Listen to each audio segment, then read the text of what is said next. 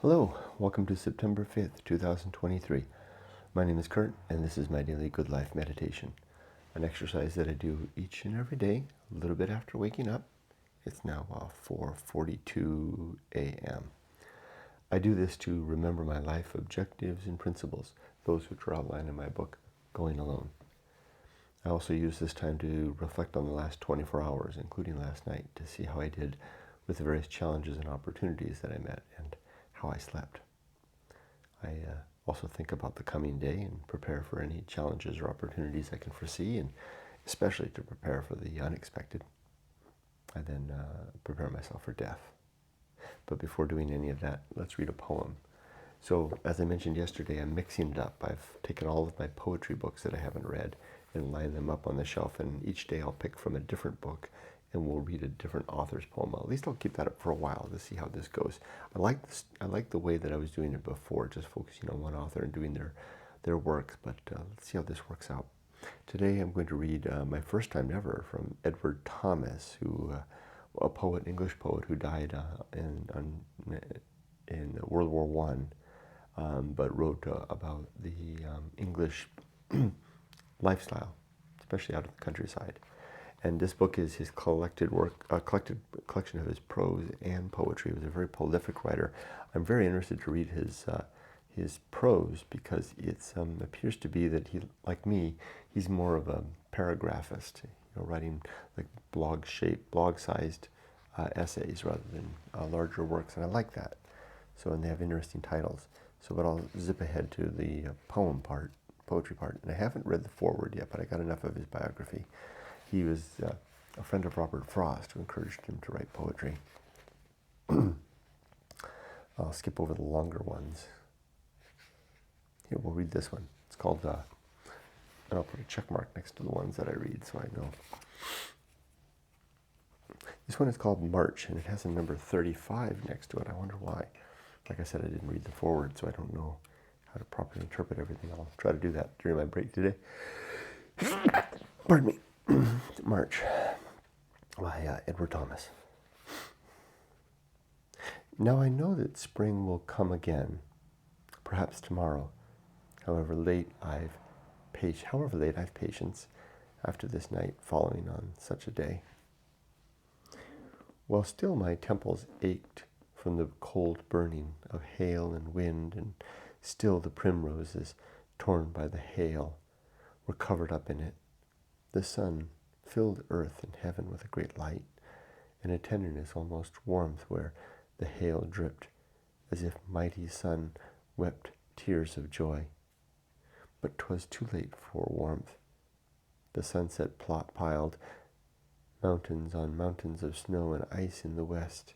Somewhere among their folds the wind was lost, and yet 'twas cold, and though I knew that spring would come again, I knew it had not come, and that it was lost too in those mountains chill. What did the thrushes know? Rain, snow, sleet, hail had kept them quiet as the primroses. They but had an hour to sing. On boughs they sang, on gates, on ground they sang while they changed perches, and while they fought, if they remembered to fight.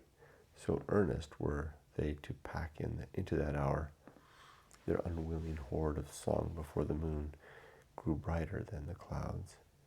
Then 'twas no time for singing merely, so they could keep off silence, and night they cared not what they sang or screamed, whether 'twas hoarse or sweet or fierce or soft.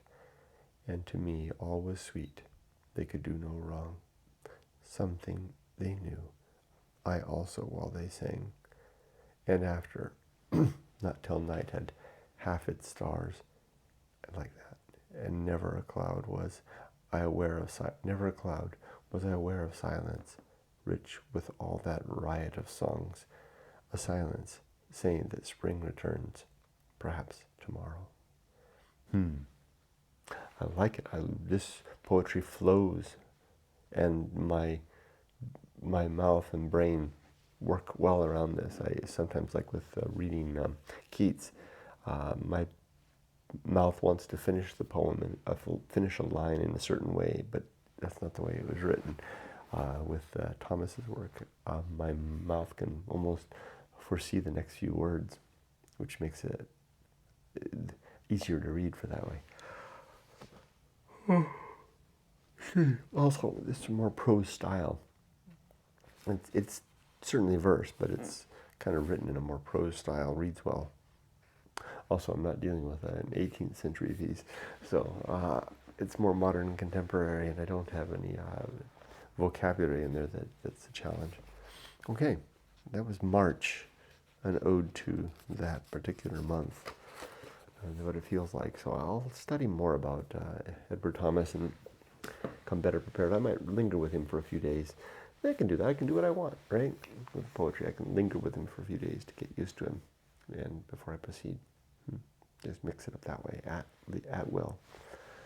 Okay, let's carry on. What? Well, this yawning, can you tell?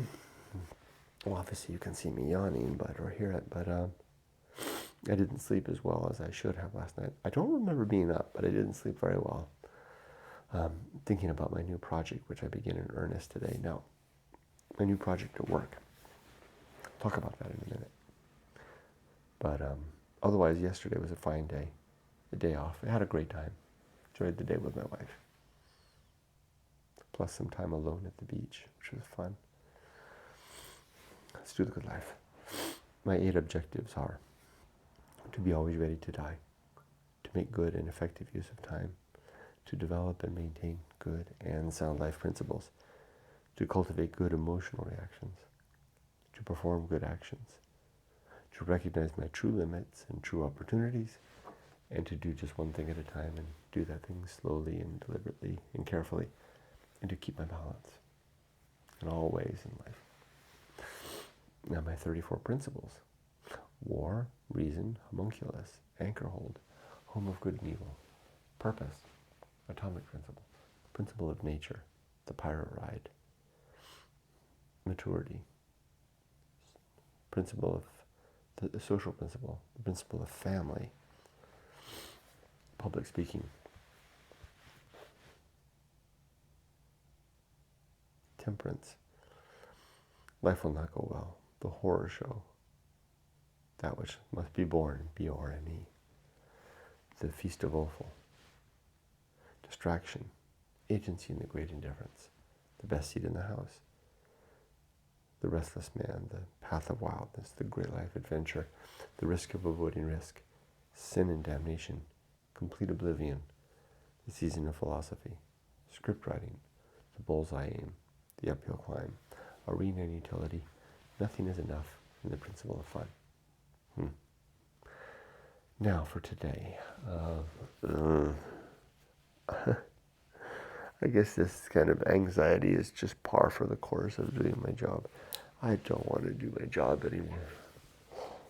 I'm tired. I'm old and I'm tired. Tired of working. And I do genuinely feel sorry for those who are my age and can't stop. I really feel for them. They've been on my mind a lot lately since I've announced my own plans to retire and have begun talking about it. I've become aware and have had talks with people who are my age and not in that circumstance. And there's nothing I can do to assist in that capacity. It's the kind of thing that has to be planned for, right? Although there's still time, right? I mean, if you're my age, just turning 60, then put in another 10 years of hard work and savings. But I don't want to be that guy talking that way. I don't like that. I don't like that. I don't want to be that guy to say, just plug away for another 10 years. But I mean, that may be the only way, right? So I don't know. I just keep quiet. But at the same time, it's not like I want to shut up about my own plans, because it's part of my story. And I also want to be encouraging to those who are younger, who still have a chance to prepare. I would like to add that in as part of my good life, and I already did. I added it to objective number 1. I've changed objective number 1 to be always ready to die, become infirm, or grow old. To have a readiness plan in place for all 3 of those contingencies. I don't know if death is a contingency, but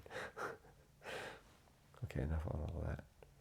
But anyway, I'm tired of work, and I've got a new project that's starting, and I begin it in earnest today. It'll be fun. I know it will be.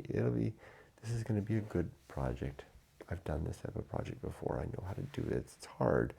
But my problem is that I think it's going to have challenges. I think I'm going to be bringing bad news because the project is well underway. It's almost a year into it before they invited me to join. And I know what that means.